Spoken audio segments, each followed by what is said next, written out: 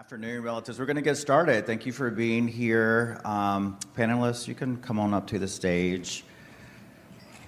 My name is Edgar Villanueva, and I am the CEO of the Decolonizing Wealth Project, and we're really just honored to produce this conversation today, and which is so much more than a conversation. This is a sacred place. We put a lot of prayer and preparation in advance of being here, and we even have an altar on the stage, thanks to my colleague V. And so we just want to invite you into this space with open hands and open heart for what is a really important moment in our history that we want to share with you all. Decolonizing Wealth Project is a global nonprofit that I established that is both an advocacy and a philanthropic organization that exists to disrupt the flow of capital and resources. As you might suspect, our communities especially benefit so little from our economic system and so little from investment and philanthropy. And we aim to change that through our work around narrative change, healing, and we have a fund called Liberated Capital. At your seats, there's a little tiny card with a QR code if you want to learn more about our fund, and we invite everybody to join us in resourcing our communities. I also just wanted to say, just to set some context here for our conversation today, I am absolutely obsessed with the idea of truth and healing. It is, as a Native person that grew up mostly in an urban setting, as a person who has worked for 20 years in institutional philanthropy, which is really like the widest sector that you can imagine pretty much, I've had to do a lot of personal healing, and I, not only just from my personal experiences, but from the generations of trauma that have been enacted on my community that I inherited. Although that sounds depressing, there's a lot of opportunity for generational healing, and so we're going to talk about some things today that may be heavy, may be sad. If you feel moved by, in the spirit or emotional or otherwise, feel free to be open about that. But we also want to show our resilience today and how we're working really hard together to advance healing in our communities. And this is an invitation for you all to join us, because this is not just about healing for Native Americans in this country. This is about healing America. This is about our collective healing. And so we can't get there on our own, and you will not have healing in your family and in the future generations of your community until we all heal together. And so that's the exciting part about this conversation today. Just checking my notes here, because there's so much that we want to share, and I have to keep us on track. I did want to share, I'm really excited about this conversation as well, because there's so many little known truths about our history, right? And you all know that history is currently under attack, banning books, erasing history, not teaching it in the first place. And the legacy, the horrific atrocity that is boarding schools in this country is a little known fact. And so today we're going to share with you what we are learning about what has happened in this country. And then we're going to go from sort of engaging in that knowledge building and education to what we're currently doing about it, work that is being centered and led by a coalition, a healing coalition, which you'll hear more about. And then we're going to talk about the future and where we go from here and how all of you can join this movement for healing. And so I just want to welcome today's panel. This is a panel of Native American experts who are working from across sectors, approaching this and carrying and leading different parts of this very important work today. And we have Assistant Secretary Bryan Newland, who will be sharing a little bit about a report that came out from the Department of Interior. We have Crystal Eckelhog, who is here with the CEO of IllumiNative, and we have Dept Parker, the CEO of the National Native American Boarding Schools Healing Coalition. So please join me in welcoming my esteemed guests.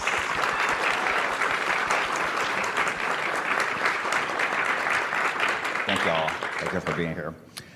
So to set the context, I want to ask Assistant Secretary Newland if you will just kind of ground us in what has happened and what do we need to know about the history of boarding schools in America? Well, first, let me say miigwech, ani buju, minogishgad, ni banami kana bamose indishna kas bangan dodem, ginoshkaning and donjaba, anishnabe and dao. I just introduced myself to you in our Ojibwe language, by telling you my name, which is Walks Many Paths, my clan, which is the Wolf Clan, and I come from a place that we call the Place of the Pike, which is the very far reaches of northern Michigan where it touches Canada, and it's, I think, 8 or 9 more months of winter left. We'll see up there. I have the privilege of serving as the Assistant Secretary for Indian Affairs at the Department of the Interior under Secretary Deb Haaland and President Biden. But when I introduced myself to you just now in our language, that is about the most complete paragraph I can speak in our language. I'm constantly learning words and phrases, but if you were to put me in a time machine and bring me back a couple hundred years, they'd be having me sit with the babies and trying to learn our language together. There's a reason for that. From the earliest days of this country, the United States federal government engaged in a twin policy when it came to Indian people. Take Indian lands and forcibly assimilate Indian people. And the forcible assimilation part was directly tied to the first part, because if we change the culture of Indian people, then they don't have the need for their relationship to their lands, and then their lands can be put to other productive economic use. And so in service of that, the United States began to adopt we realized very early on that it's really hard to forcibly assimilate adults. And so that project really began by targeting Indian children. And Indian boarding schools were the means that the United States used to carry out that policy. For over a century and a half, Indian children were forcibly removed from their homes and put in these schools and deprogrammed of their languages and their cultures in service of a federal policy. This was an intentional and an explicit policy of the United States. It was also a practice that we've seen in other countries. So many of you may have seen a few years ago in Canada that they discovered hundreds of children's remains at a boarding school there called the Kamloops Residential School. And that really, once again, sparked this issue in the consciousness of a lot of people, and it certainly did here in the United States. And following that, after much discussion, Secretary Haaland launched the Federal Indian Boarding School Initiative. And here in 2021, this was the first time in the history of the United States that the United States federal government undertook an initiative to tell the truth and provide an accounting of this policy. And that work led, we did a lot of investigating and research and consultations with tribal governments across the United States. And it led to the publication last year, almost a year ago now, of the first Federal Indian Boarding School report. And that report details the history of the federal government's policy. It's the first time the United States has ever put out a report like this. And it also, for the first time, provided a listing of the more than 400 schools that operated around the United States to carry out this policy, all the way into the 1960s. So this isn't just something that is relegated to the ancient past. There are many, many people in this country who are living today who have gone through these boarding schools and gone through this experience. And so we've identified the location of these schools, when they operated, and the amount of federal funding that they received. And in that report, we've also highlighted, why this is important and relevant today for the work that we do. As we've laid out, there have been studies done on children who have gone through these boarding schools and the long-term health impacts that they've experienced throughout their lives, and how the experience of going to these schools, suffering physical and emotional abuse, or simply the simple fact of being separated from their parents and their families and communities without their consent, how that for decades and decades manifests in physical and mental and spiritual health issues. And of course, we know now that that impacts their relationship with their partners, their children, their communities, and it takes a toll on everybody in their orbit. And there's not an Indian person in this country, not one single American Indian person in this country, who is unaffected by these boarding schools, whether it's the inability to speak our languages and engage in traditional practices, or much more severe manifestations in the form of suicide and violence and substance abuse and homelessness and all these other things that this country, in our society, we're paying for one way or the other. And so our work is going to continue. We are going to publish a second volume of this report to explain more completely the total amount of investment the United States government put into these schools. And we can get into more of this throughout the panel. We are also going to try to identify more completely the amount of burial sites around this system of schools.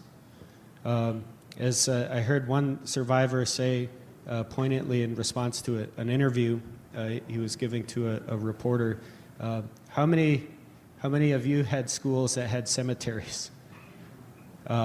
We know that there are a lot of these schools that have cemeteries. Many of them are unmarked or have been since developed over, and we're going to try to also identify where those are and try to lay out plans to protect those. So this is meaningful work. It is not work, to your comment, this is not, the purpose of this is not to make people feel ashamed. This isn't to make people feel guilty or to make people feel bad. There's been enough of that. What we are trying to do is lay the foundation to heal going forward. And importantly, we have to heal the people who are still paying the costs of these boarding schools, but we have to heal our relationship between the United States, federal government, Indian tribes, Indian people, and all American people. And so I'm really honored to be a part of this work. And before I relinquish the mic, I just want to take a moment to acknowledge Joaquin Gallegos, who's here with us on our team in the front row. Joaquin has been shouldering a lot of the intellectual and emotional burden of this work, along with so many other members of our team, as well as Secretary Holland, but this would not be happening also without Joaquin's dedication here. So I want to give him a shout out and recognize him as well.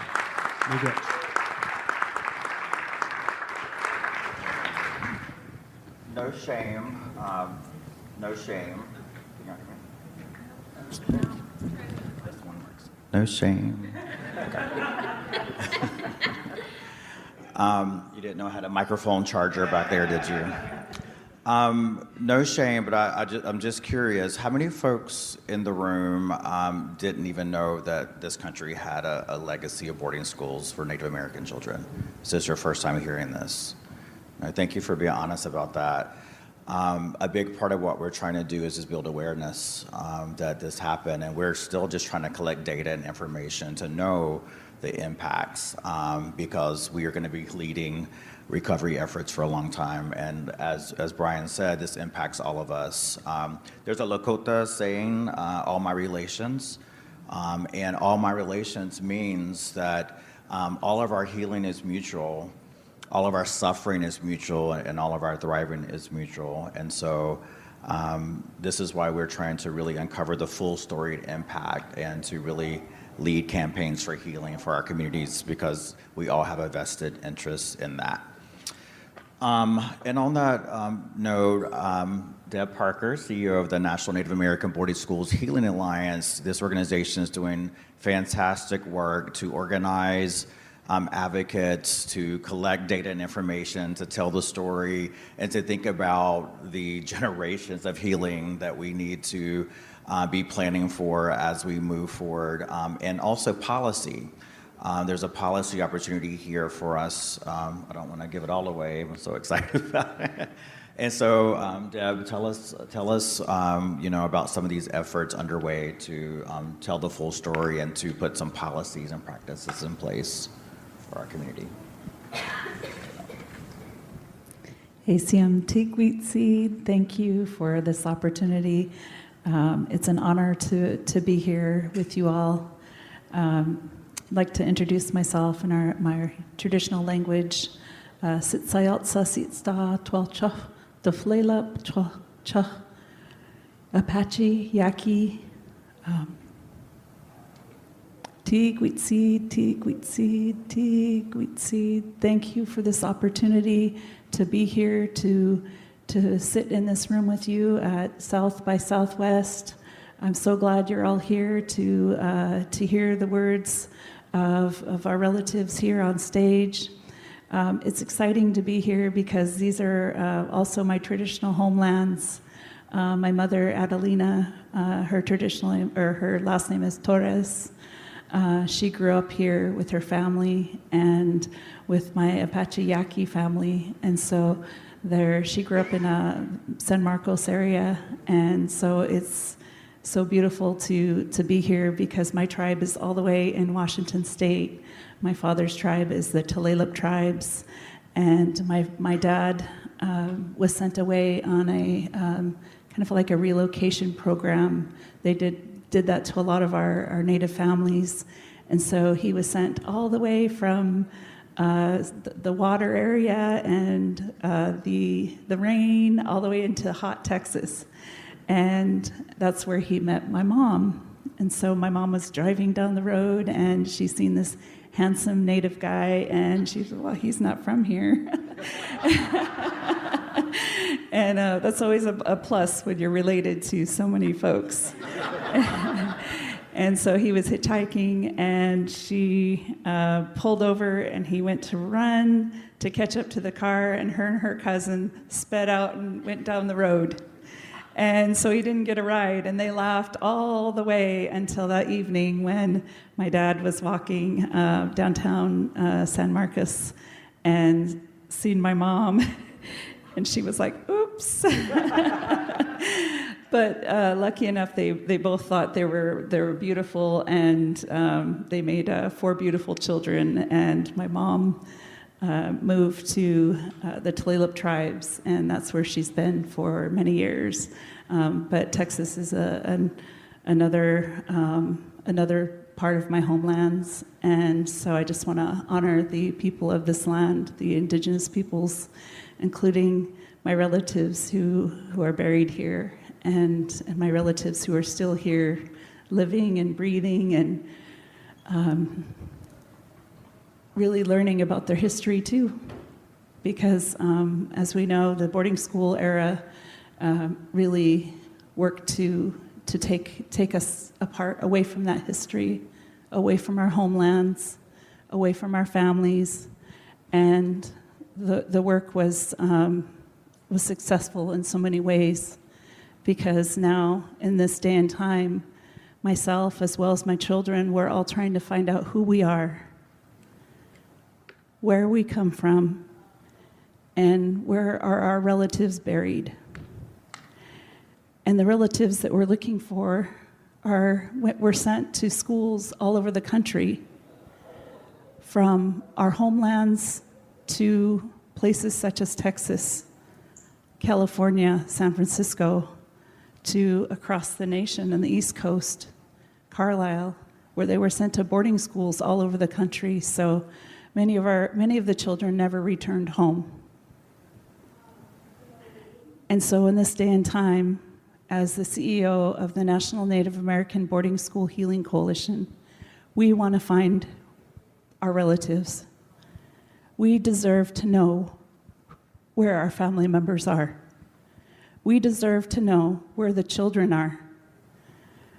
Where's my great-great-grandmother that was taken into the Tulalip boarding school that I live 5 minutes away from. We still do not have those records. And as part of a national coalition, we've been asking the religious organizations, we've been asking the federal government, please give us our records. We want to know where our relatives are, and we deserve to know what happened to our children. And yes, for so many, we know that they didn't return due to illnesses. We've heard others were sold away for maybe $10, $20 to non-Indians. We know some of our relatives, we've heard that there were cries in the boarding schools and then the silence. We know that some ran away and they just didn't make it home. But for the most part, we still don't have those answers. And so we know there's an estimation of 80, we've heard 83, 87% of our Native American children were sent to these boarding schools. They were forcibly put into these schools. And for a long time, I grew up on my own reservation right next to the Tulalip Industrial Boarding School. And churches and other folks have told us that, well, we fed the kids. You're lucky we fed you. But if you ask our elders, they would say they were hungry, that they had to sort through the oatmeal, the oats, and get the maggots out of the food. They would say that they marched and marched and marched from 5 in the morning until late at night. And if you ask my grandmother Harriet, she would have shared with you that she was, anytime she spoke her language, she would be strapped from the neck to her ankles. She would be beaten. And the churches said, we clothed you. And she said that she wore a scratchy uniform that itched all the time because it was made of wool. And so these are the stories that we know, that we recognize. But if you're to go to any school in this nation, you're not going to learn this history. It's one of America's secrets. But yet it has impacted us, as Assistant Secretary Bryan Newland stated. This impact still affects us to this day. Through loss of our languages, loss of often our identity. Who are we? Where do we come from? Where's our homelands? Our land was taken. It was stolen away. So myself, along with our staff, we have Teresa Sheldon from the Tulalip tribes as well. She's our policy director. Yep, you can give her a round of applause. And we have several staff members. We're located in Minneapolis, but also we have staff across the nation. And we're working to help tell these stories, to shine the light on the atrocities, and to also bring boarding school survivors forward so that they can share their truth. And right now, the time is now that we pass legislation, because we have elders who are up in age, and we lost many through COVID. And we need to shine the light on this history and allow others to find healing through this. And I'm so grateful that, Edgar, you stated that this is, all of us can find healing through this, whether you're Native American or not. So currently, I think on your chairs, if you haven't received one, maybe you can raise your hand, but we have some flyers. And it talks about our goal at the National Native American Boarding School Healing Coalition. We have a long name. We go by NABS. We are searching for truth, justice, and healing. And so we are leading the movement, and we're asking for you to become coalition members. And if you sign up at our boardingschoolhealing.org, you can become a coalition member and learn more about the boarding school the boarding schools and what we're doing right now as far as legislation. And so we're looking to create a U.S. Commission on Indian Boarding School Policy Act. And so hopefully we'll get a bill number and we'll start working our legislation. But that's where you come in. We need your help. We need your help because unfortunately our numbers are small in the United States, and we need your support to make sure this bill is passed so that we can create the U.S. Commission and find out where our students are, and we can also provide findings and a recommendation report to talk about how we begin that healing. But that's sort of my long introduction, but we'll get into it more. So, Teague, wheat seed in my language, thank you so much for being here and joining us. Thanks, Deb.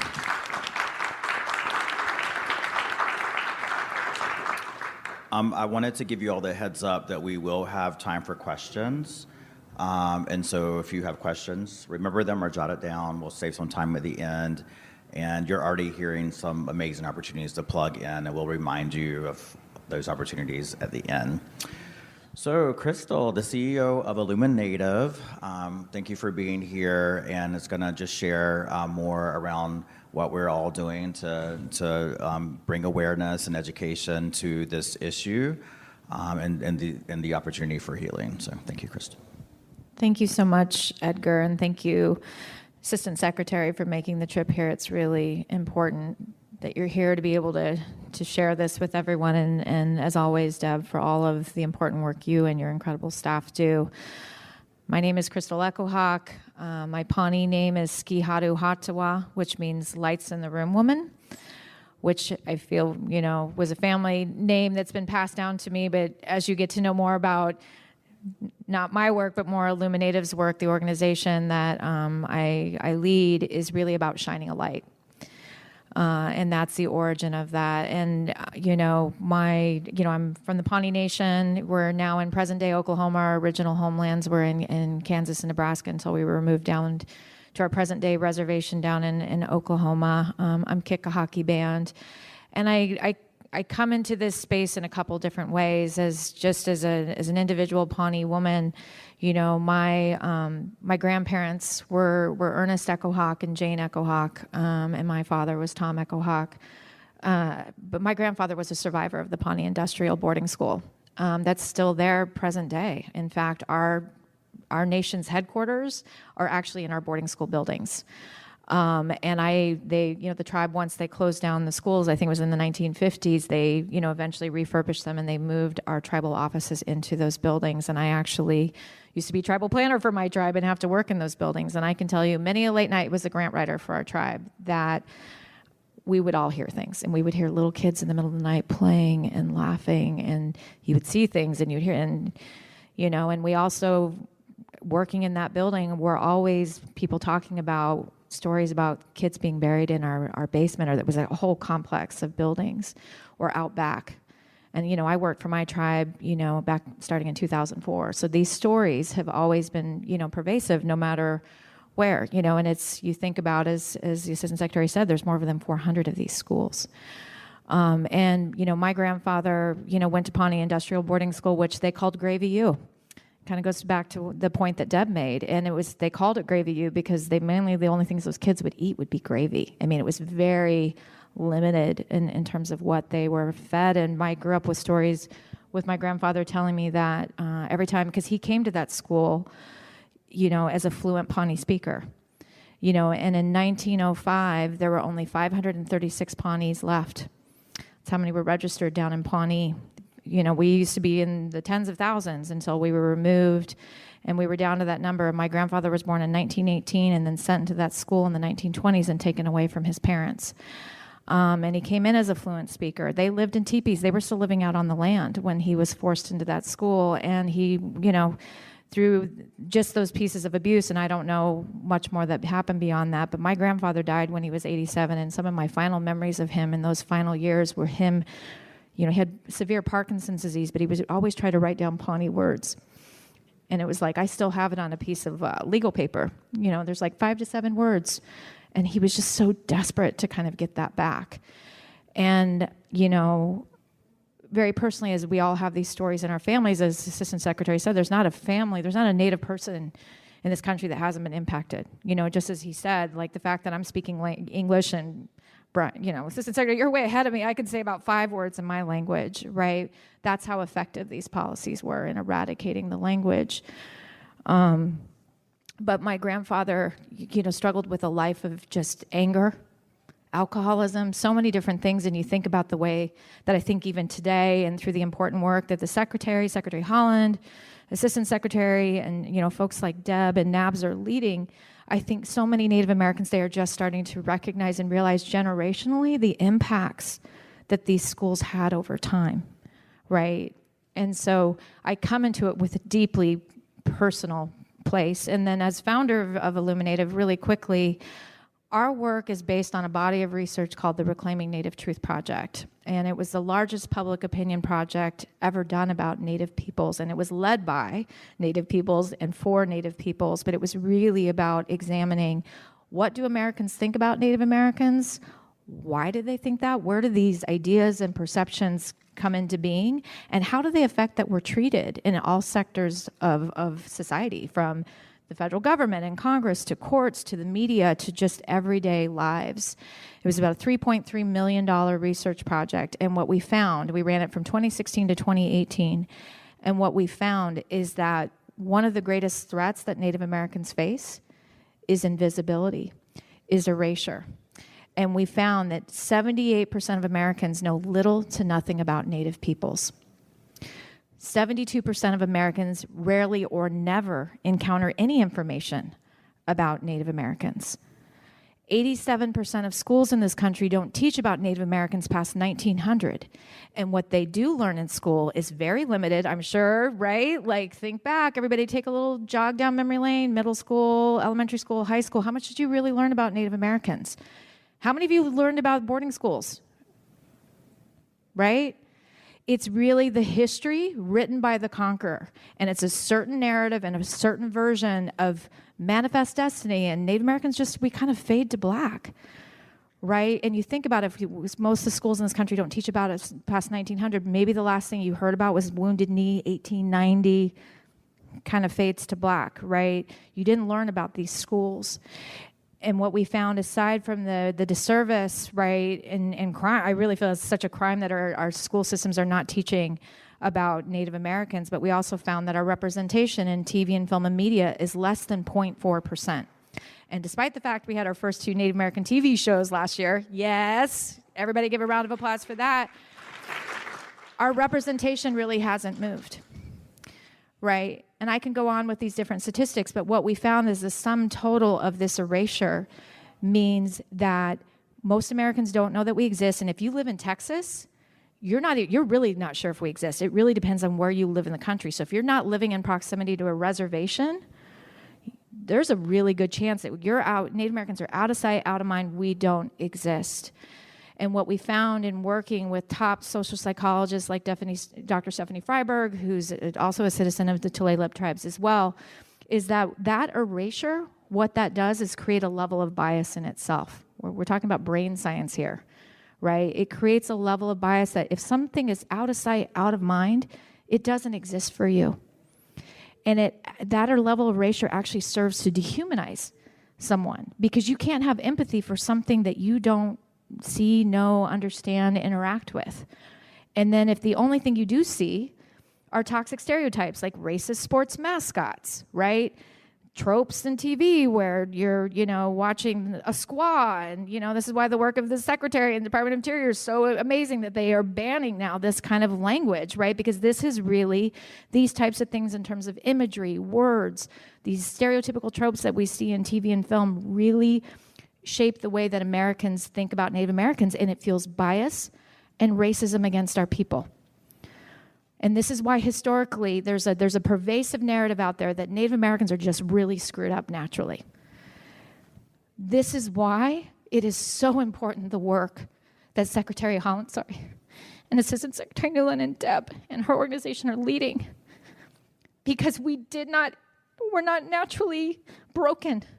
And you know what I'm saying? All of the trauma, all the things that people want to read about Native Americans or things that people want to say about us isn't because that's how we are, it's because of what was done to us. This country had a political and military policy to dispossess us of our land and to do this to us systematically, and it's generationally still occurring. And so this isn't something that happened a long time ago, and this is really the role of IllumiNative in terms of our research, because we began to understand the power of erasure. And so that's why it's so important. You all physically sitting in these seats today is a level of narrative change. It's a level of action, because it is so important that we bring these truths out into light. And as Assistant Secretary said, it's not because we're trying to beat you over the head and make anybody feel guilty. It's because we all not only want a new life and future for Native Americans, but for all of us. Because we live in a country that wants to talk about genocide and Holocaust, and we can learn about all that in all the other countries, but we had a Holocaust and a genocide here. And it's going to make us a better, stronger country if we can come to terms with all facets of our past, including this, so that we can promote accountability, justice, and healing. And as Edgar wisely said, there's healing in all of this for all of us. So in terms of our role of IllumiNative, it's always about how do we help to bring things to light? How do we work in partnership with others across Indian country to shine a light on the true history? But what are Native peoples doing about it now? And so that's why I'll shut up here in a minute, because the important thing is there is stuff happening now. There's a really important investigation that's being led right now under the Biden administration through the Department of Interior, but also the important work that the Native American Boarding School Healing Coalition is doing. We have to get this legislation passed. And so our role at IllumiNative is going to be shouting from the rooftops and agitating. And as you will see, you have a postcard sitting on your seats right now about a new podcast we're launching next month called American Genocide. And this is part of just one story in one community at the Pine Ridge Reservation about how they're dealing with the history and the investigation. But again, the call to action is we need everybody, not only to understand the history, but to really follow the lead of these leaders on stage and help us get this legislation passed. Thank you, Crystal.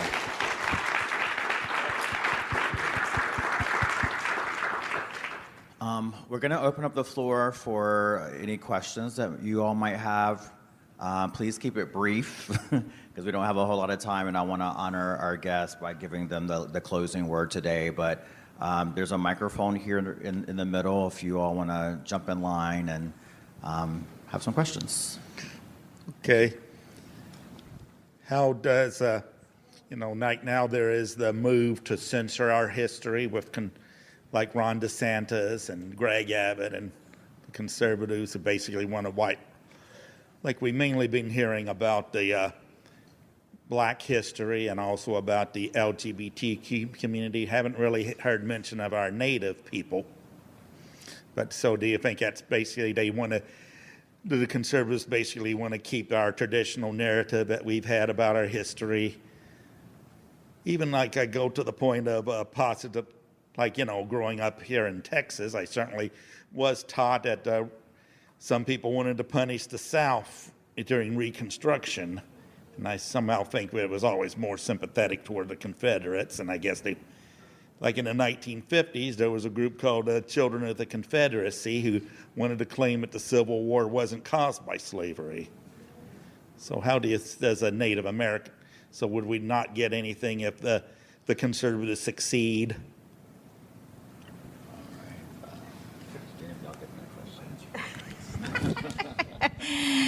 You need to use the power of your vote, sir, on that one. Yes, I mean, essentially, when we look at this movement around banning CRT, this is where we all have to rally together, because it's not just Native Americans. I mean, they're coming for erasure of all of our history, all of the things, important things, because this is all American history, all of our experiences.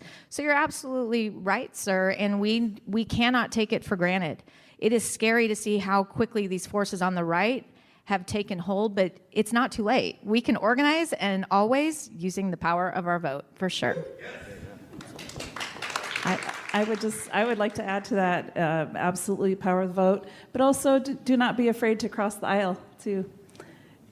speak to people you haven't normally educated before, because that's how we're going to unite as a nation, as a people, is that we extend our voice to others. So do not be afraid of educating people that you wouldn't normally educate.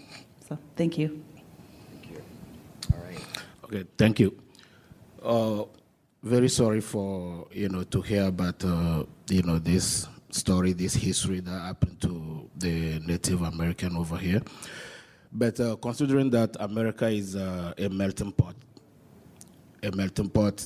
all cultures and races and everything mixed, how possible do you think this agenda that you have will come to bring like results in trying to recover the whole history, and then what's really the goal, trying to really recover all of that? Because there are other people, like black people, a lot of other groups of people who try, and who have been trying for many years, many generations, to ask America to kind of acknowledge the mistakes, acknowledge the errors, acknowledge all of the wrongdoing that those who came from the other side of the Atlantic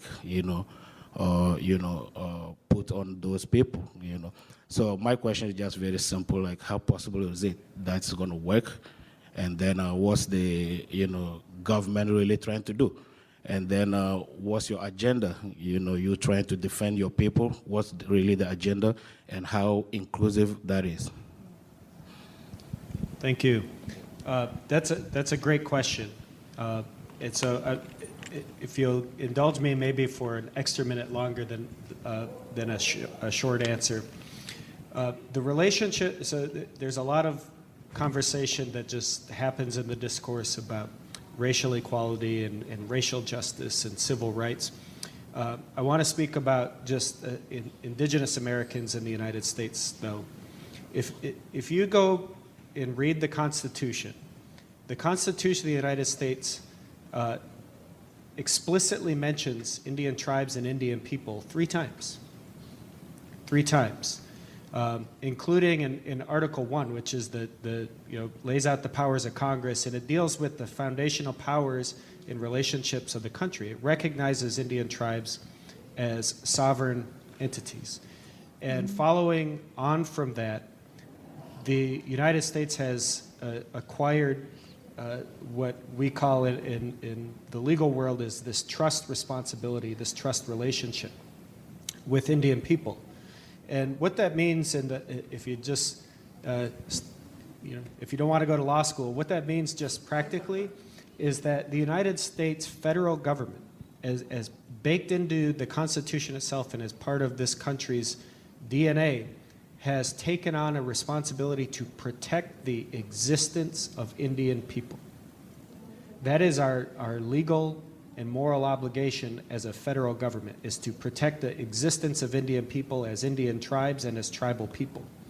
And so to forcibly assimilate Indian people out of existence is to violate that trust responsibility. So the goal here is to fulfill the original recognition of this country, which is that Indian tribes are unique within this country, and Indian people as citizens of Indian tribes have a special relationship with the federal government, and it is our duty to protect them. Now, just bringing it forward in its modern day relevance, as the boarding school policy was fading out, it was being replaced by a policy of adopting Indian kids out through foster care and adoption.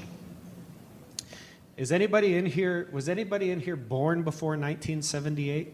I'm not trying to age it. So yeah, good.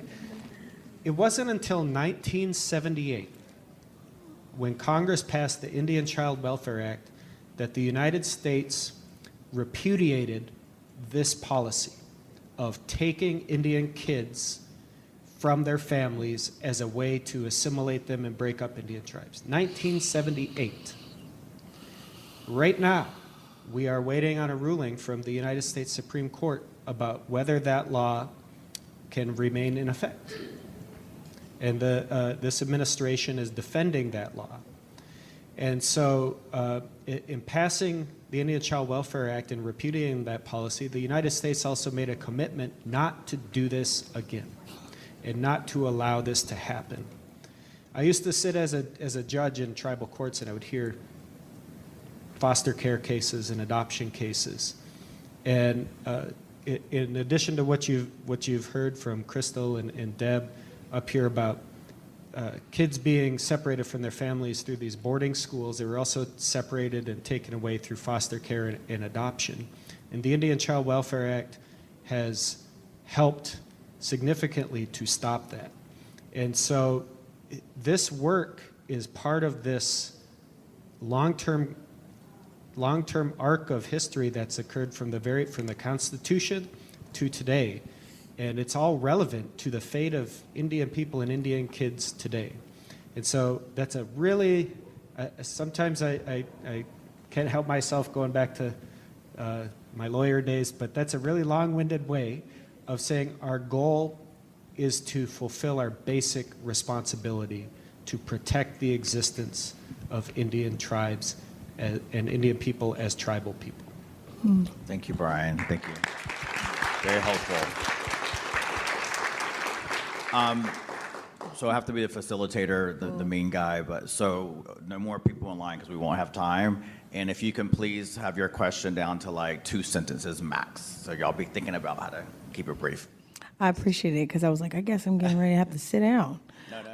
No, I guess, well, I'll get to the point. So thank you. Thank you to each and every one of you. Thank you. I'll get to the point. I think it was December, at the very end of December, the governor of New York vetoed the unmarked graves bill. I'm Shinnecock and also Montauk. And we've been fighting really hard to protect our unmarked graves. The Northeast doesn't have a lot of public lands. There's a lot of private. Our treaties were not with the U.S., and most of the boarding schools were missionary schools originally in the 1700s. So how do we protect that area? That's kind of like a weird gray area because it doesn't fall within, and the states are able to make these decisions because if the trust responsibility is with federal tribes such as Shinnecock and the other tribes in the Northeast, our sister tribes, how do we get help? Because the states are essentially saying, well, we're just going to go ahead and veto this no matter how much you all push, lobby, and do all of that. How do we get help?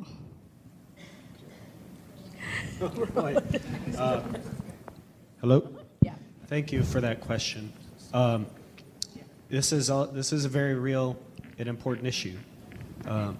And a lot of these laws don't reach private lands, as you've said, which is, again, another cornerstone of our system of laws and governance is the right to private property, right? But we have some laws and protections in place, the Native American Graves Protection Repatriation Act, and many states, as you know, have adopted state-level versions of that. So those are some of the things that we're doing on a policy basis. Actually, Secretary Holland is leading an effort to reform the Department of the Interior's regulations under NAGPRA on these issues. But at the ground level, you know, a lot of this work unfortunately, it falls on tribes directly to negotiate agreements with landholders and developers, and to try to engage them without the federal government or the state government at their back. And there isn't an easy answer for those instances right now, unfortunately. Well, thank you. Thank you for that. Hi, thank you for raising the profile of this concept of land dispossession and erasure, right? If you look at the mainstream press today, these vices are kind of virtues. Real estate investors, I think they use the term dry powder, and displacement's happening in every city. There's a black exodus happening in Brooklyn due to gentrification here in Austin as well. It doesn't seem like this is going to continue much longer with climate change and the 30-year mortgage going extinct soon, and the kind of party on rising property values starting to decline. I'm curious what you guys think of how much that's in the conversation. What happens next, right? Cities depend on property taxes for municipal revenue to pay the bills. Are we going to have a situation where when banks stop lending, corporations step in and buy up all the land, or what is the role of the federal government? And also, what do you think of this concept of solutions, building new housing and truly affordable housing on federal lands? Is it that 25% of the public lands is controlled by the Department of Interior? I think this is actually part of Trump's 2024 vision, is to build new cities. I'm not a fan of Trump. I'm just or here to promote his agenda, but I've heard people on the left even say that is something interesting to explore. So any comments? Thank you. Excuse me, sir. I want to say something in a good way to you. I appreciate you coming here today. I appreciate your question. These are, right, gentrification and seeing exodus of people of color and low-income communities. That's a real thing. With all due respect, we're talking about genocide today. And really the mission, first and foremost, about this conversation is an acknowledgement that this government, the United States government, used this policy of taking, we don't even know, tens of thousands, hundreds of thousands. I don't know that the number has even been figured out. Starting, what is it, in 1812, all the way into the 1950s and 60s. Using this policy to split up families, to split up tribal nations, to literally seize land. The Assistant Secretary was talking earlier about just the absolute transfer of wealth. This country, its wealth, is built on the fact of this policy of snatching children and breaking up families and systematic abuse. So that today we're all standing here in Austin at South by Southwest having a grand old time, right? But everywhere we walk in this land is indigenous land, and most of it's stolen. So I don't mean to be disrespectful, and I'm sure my colleagues up here would have a different way, but I would tell you that you have very important and pertinent questions, but the reason we're here is to get at the truth. And one, an acknowledgement about what this government did, and I think continues to do in many ways. As the Assistant Secretary said, there is a decision today of the Supreme Court that just could start unraveling this all over again, and our kids are in harm's way once again because of this Supreme Court and the politics in this country. So that's all. I'm not trying to say anything bad, but I think people need to understand that this is really what it's about, and there are people like Deb Parker and people all across this country in Native communities right now, literally that are out there looking for unmarked graves. When you listen to our podcast, you will hear the journey of the Red Cloud Indian School and the Pine Ridge Indian community, and Assistant Secretary was there that day. They had one of the ground penetrating radars looking for children. This is what this is about. And yes, these issues are important, and there's a way that we can tack onto it, but right now the purpose of what we are here to do today is about getting at the truth, finding these children, bringing them home when possible, and then ensuring that there's some kind of justice and accountability and healing going forward. Thank you. Thank you. Let's just leave it there, if you don't mind. Yeah. We're going to have to wrap because we don't have much time, and I want to respect our guests to have the last word. And I'm so sorry to the other folks who have questions. We want to hear from everyone, but unfortunately we only have 1 hour to talk about a really important thing. So thanks first to you all for coming. We need your allyship. We need you to help us amplify what's going on, and we will review. I'll close with all the different ways we're going to ask you to support us. But I wanted to just give folks an opportunity to have a final closing word if there's something that you didn't get to say that you want to say before we wrap up today.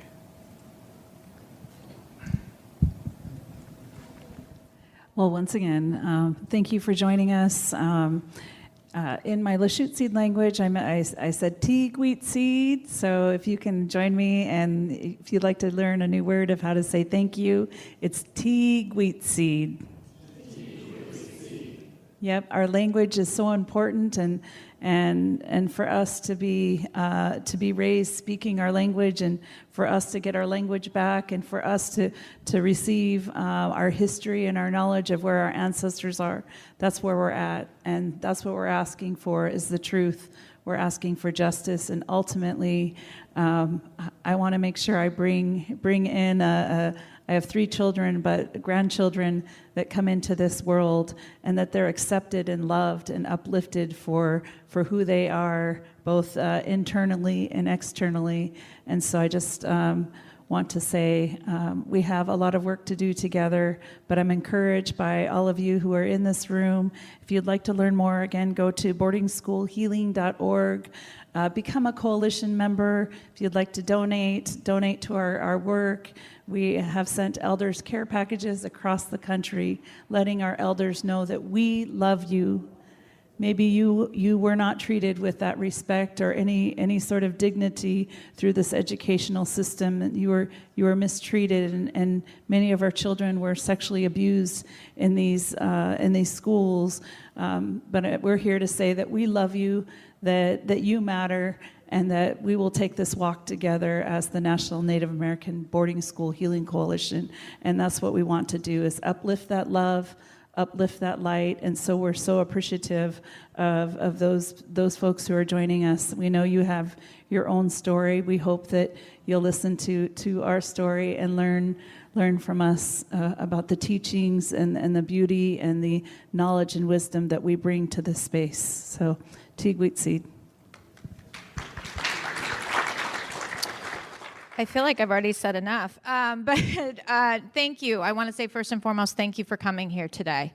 It means so much, and spread the word, right? I think the next call to action is, again, the American Genocide podcast is going to launch April 12th. First 2 episodes will drop. It's a 6-part series, and we're so grateful to the people of Pine Ridge for really sharing their stories. And really, it's going to be part of a 2-month campaign that we're in hopes to be in partnership with NABS, Department of Interior, Native communities across the United States, about really raising awareness around the boarding school investigation, right? And at least just pointing people towards learning more about the important work these 2 people and the many amazing people that work with them that are doing.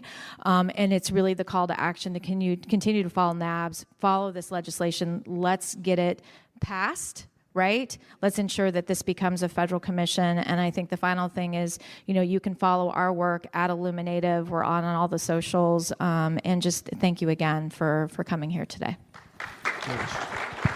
Thank you. Thank you. Thank you, Edgar, Deb, and Crystal, and all of you for joining us today. It's meaningful work that we're engaged in. Has anyone here ever picked up a book and tried to just start in the middle? Yeah? It's really hard, right? We're a community in this country, and every generation picks up the pen and writes its chapter of the story.